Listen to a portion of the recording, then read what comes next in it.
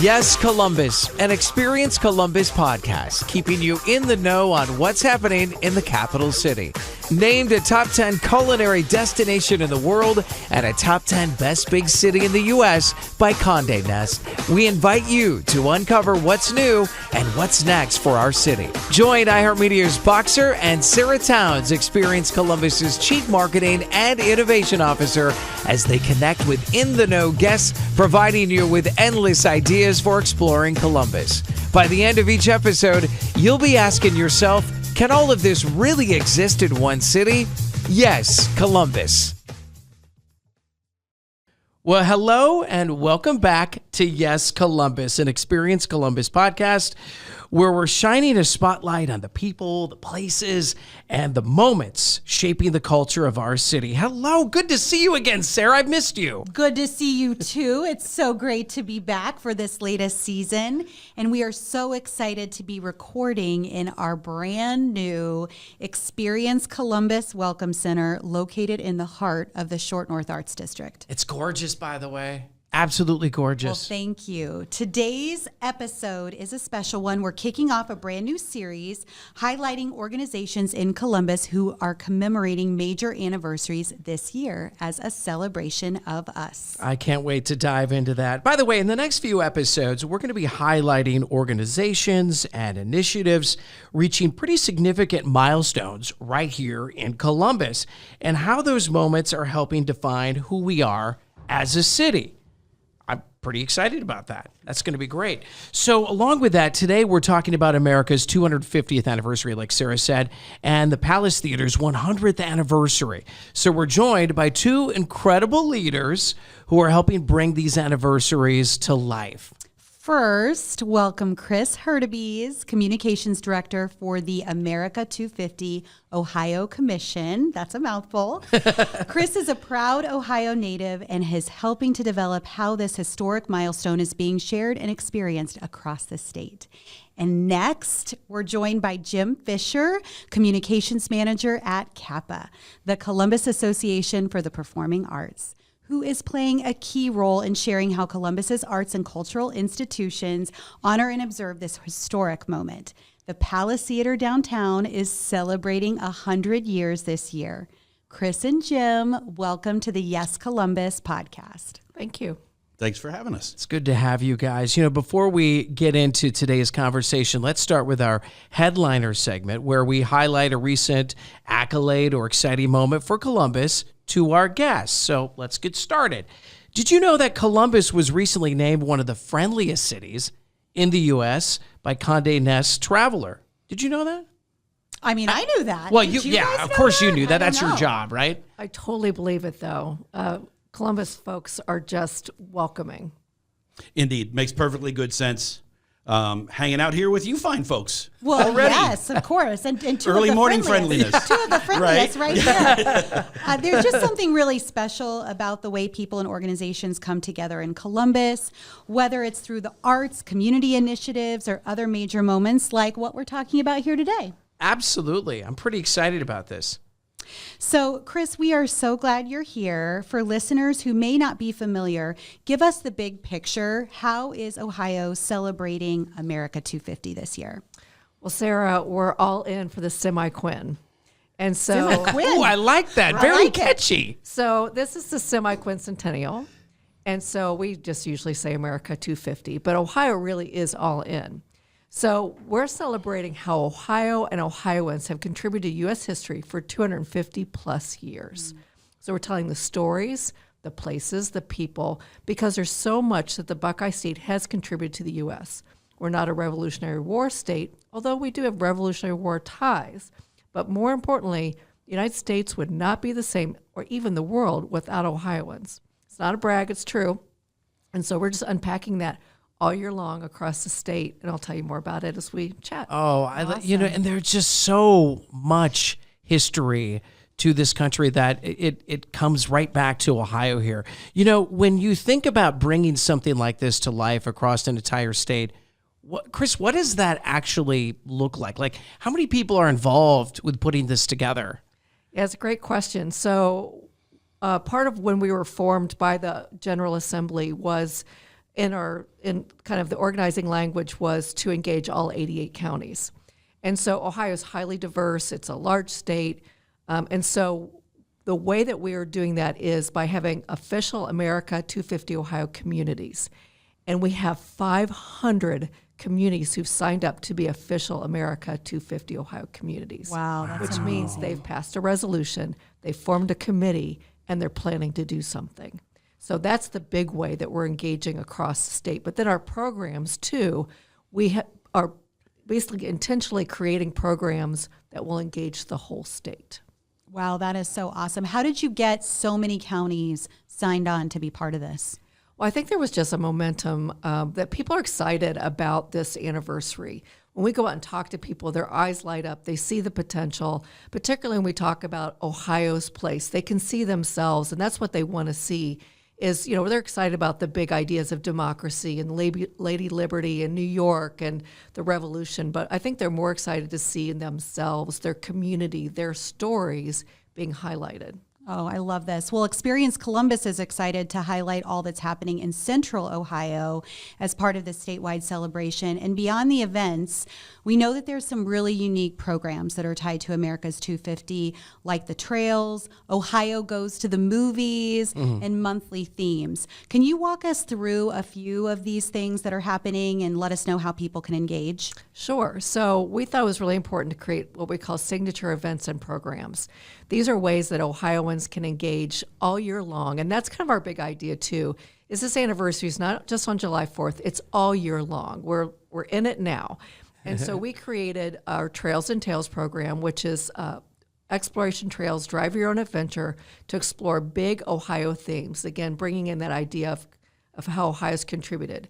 So we have 4 that have already launched, and our 5th, transportation, is going to launch next week. So we have one about creativity, innovation, air and space, and Lake Erie to Ohio River, and then transportation, Ohio's big transportation story, next week. And then our last will be around leadership, and that will be in November of 2026. Wow. We also have created the Ohio Goes to the Movies, as you mentioned. It's a statewide movie series that has already started. It'll go through October. It's all movies that have something to do with Ohio, whether it's a writer, director, site, what have you. Over 250 free events to go to. That's an important point. We're trying to make as many events as possible free. And so that way it's easy. There's low barriers or no barriers to getting to these events. We have a program called Murals Across Ohio, which highlights local murals. And Columbus has several beautiful murals that are on that trail, and you can explore those through an interactive map on our website. We'll be talking about our program for the picnic because we're doing one here in Columbus, so I'll save that. And then we have monthly themes. So every month is a different way that Ohio has contributed to U.S. history. April is Transportation Month. So on our website, you can learn more about those. And there are events, experiences, and resources to learn more about those stories. Oh my gosh, so much going on. And can you remind us too, I think with the trails, there are several locations here in Columbus that are on all of those trails. Is that correct? So for instance, creativity, we have the Columbus Museum of Art, we have the Ohio Craft Museum, we have the Billy Ireland Cartoon Museum, which are all fabulous places to visit. Innovation, we have the early TV Museum.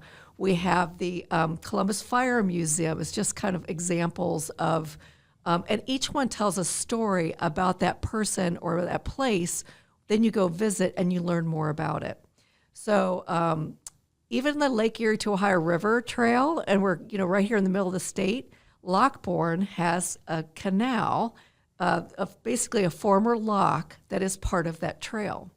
So Cool. and of course, transportation, we're going to be highlighting transportation here in Columbus. So every trail touches Central Ohio in some point because we're really at the crossroads of the state.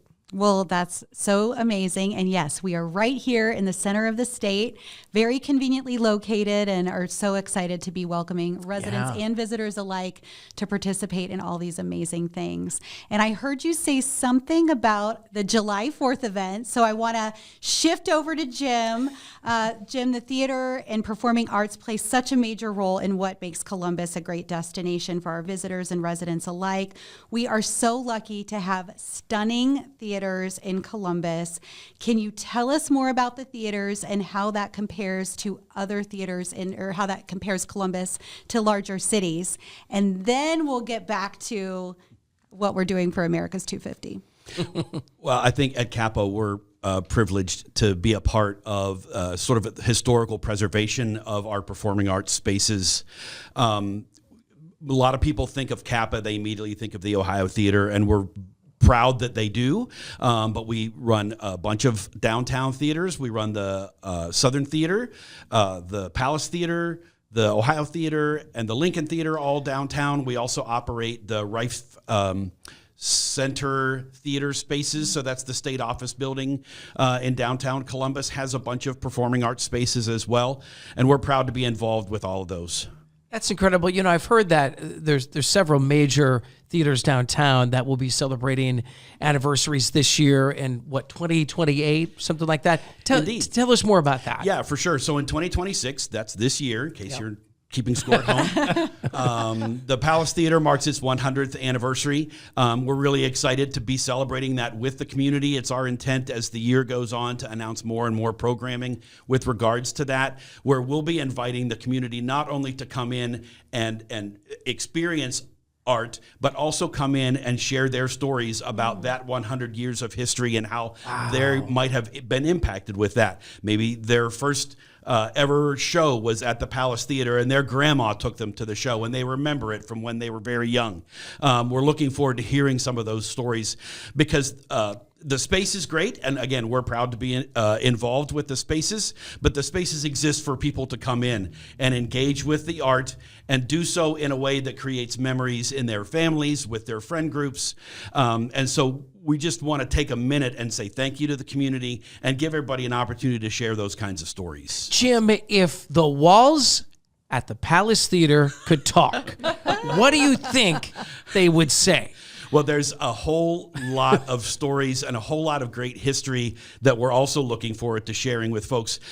It was a vaudeville space at one point in time. It also used to have animal acts. Wow. So a lot of people don't know that there's sort of a back ramp up to the stage. It still exists, that they used to take like big kind of circus type animals from the back loading dock up underneath the stage and then out onto the stage for some of these acts. That's awesome. That still exists. And it's a ramp because A, the animals could walk up the ramp easier, and B, you could hose it down afterwards, if you follow me. Oh my God, yes. You could hose it down necessary. Afterwards much easier because it's a ramp. So, there's I'm sure there's a lot of great stories in the building that it could tell about the people and the kinds of performances that have taken place there in the last 100 years.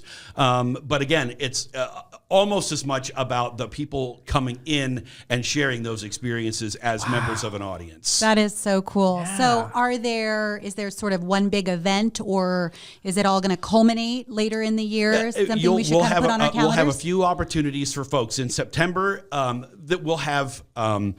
And all this will be announced later on. Keep visiting Kappa.com for more information. But in September, we'll focus on having community nights. We're hoping to have sort of tours of the space. Maybe you'll even get to see the ramp. But I can't love that. I'm not in charge of these decisions. Columbus Zoo partnership, Jim. There you go. Sure, absolutely. So some tour of the space to get to see places that you might not normally see as one of our guests. So that'll happen later on in the year. In October, we have our annual Kappa Haunts, which we open the space to the community. We have some of our resident arts groups partners in the space, and there's sort of a pattern that people go through the theater, and it's Halloween themed, so you come in costume. It's totally free, family friendly, and you can do some activities, and you can get some candy, and you can do all sorts of fun things. And Kappa staff usually will be in costumes and all that kind of stuff, helping out as well. So that'll be in October. In November, and more information again on this to come, but we're very, very excited to be able to have a signature performance event that we're creating specifically for the 100th anniversary of the Palace Theater that we'll be sharing with folks. And then in December, we'll have returning The Grinch as one of our Broadway shows, How the Grinch Love Stole it. Christmas. Love that and then musical. we'll be offering some free holiday films at the Palace Theater in December as well. Again, always more information on those to come. Oh my gosh. Well, we will definitely have you come back and tell us more as all of these events take shape. But what's great is that now it's so powerful that we have these milestones that aren't existing separately. They actually intersect. So how are your two organizations working together to honor America 250 in a way that feels meaningful but also uniquely local? Well, I think I'll start by giving a framework of the program that we're doing, and then we can see how it ties in. So we knew that on the 4th of July, there would be parades and picnics and fireworks. That just happens every year, right? So we thought, what can we do as a commission to celebrate statewide, for this amazing milestone? We said, how about if we invite Ohioans to have a picnic, to have a community picnic? So we created the Ohio Homecoming and Picnic Program, where we're encouraging Ohioans to get together as groups. It can be as small as a family group or as big as a community. We actually have 200 of these planned statewide through the summer. Wow. And we said, how about if you get together in the month of July or really any time this summer, and we're creating homecoming kits where they can explore Ohio history, have some fun activities, and we're providing those again for free because we have a host of sponsors who are supporting this program. And so we needed to have one here in the capital city. We have 3 what we're calling signature picnics, and one of them is here in Columbus. And we wanted to really do this in a big way. And there is a City of Columbus committee because Columbus is an America 250 Ohio community. And so the City of Columbus and Councilwoman Nancy Day Alkauer is fully behind this. And so when we started to think about crafting this, we said, we really need a smart, strong partner. And we looked to CAPA to be that partner who can help us put on an amazing picnic unlike any other. It really will be the sort of signature among signature events. So we can tell you a little bit more about that. Okay, Jim, back to you. Yeah. Well, so CAPA and sort of being at home in the Ohio Theater is not only uniquely positioned from an organizational standpoint to put on an event like Chris was talking about, which we're extremely excited and proud to be able to do, but we're also located in an ideal space because the event on July 4th will include activities on the grounds at the Ohio State House, which is right across the street from the Ohio Theater. It will include activities inside the Ohio Theater. We'll be showing films for free throughout the day and having other sort of performances and interactive experiences in and around the theater. And then we'll close it off that evening on the Columbus Commons, which is right out back of the our space there at the Ohio Theater. And the Columbus Symphony will be performing an evening of patriotic music, and we'll close it off with fireworks.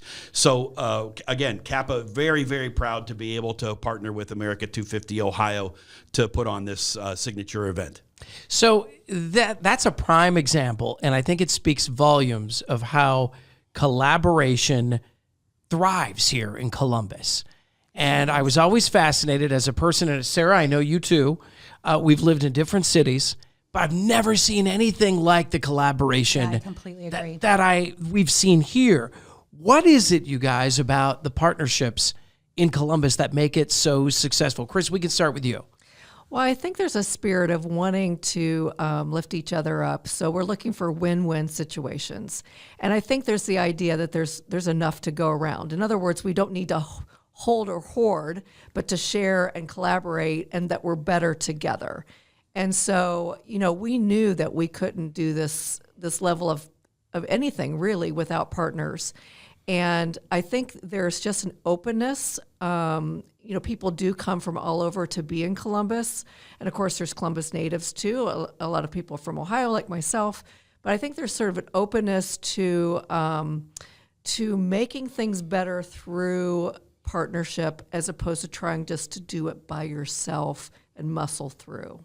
Yeah. Better together. Yeah. Jim?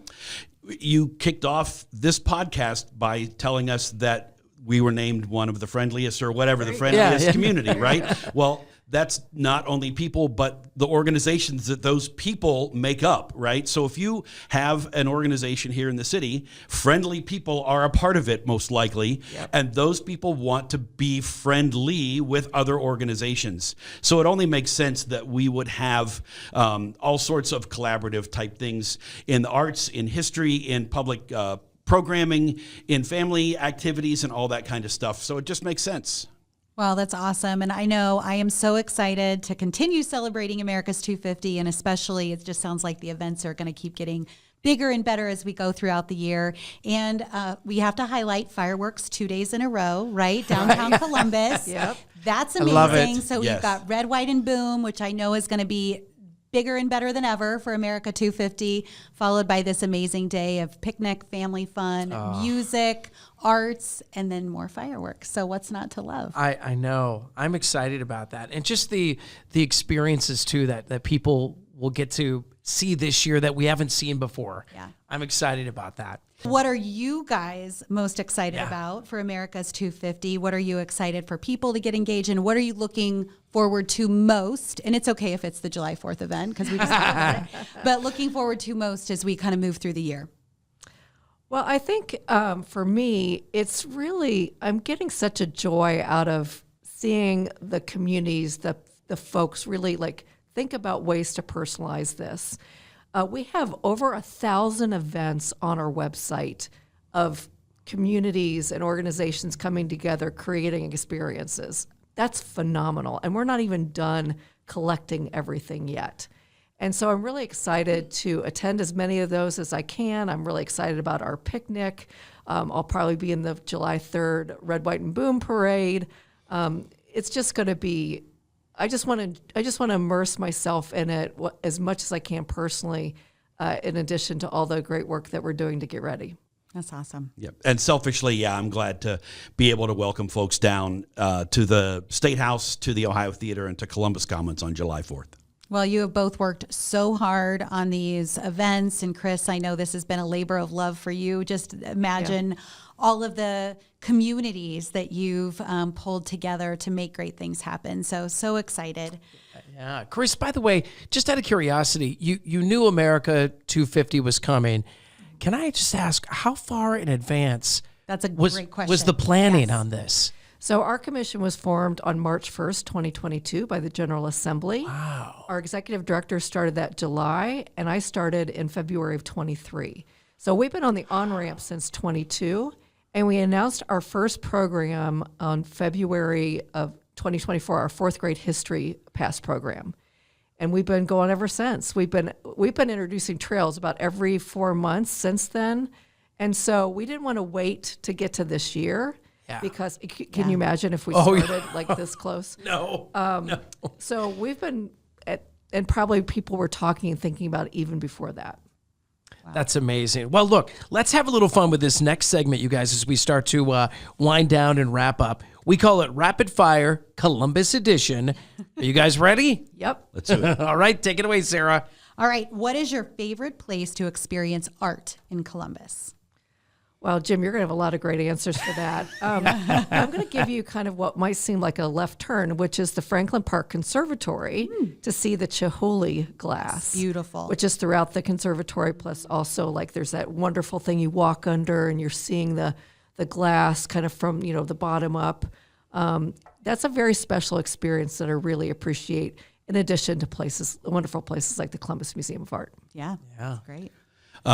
We're not supposed to have favorites, right, at Kappa. Each one of the theaters is like your children or something like that. But if you're listening to this podcast, just don't tell my bosses. But the Southern Theater is just absolutely my absolute favorite place to see a show. The setting is spectacular. The sound is terrific, and the stage is just the right size to feel intimate yet Agreed. Significant, I guess is a good word to say it. So I love the Southern Theater.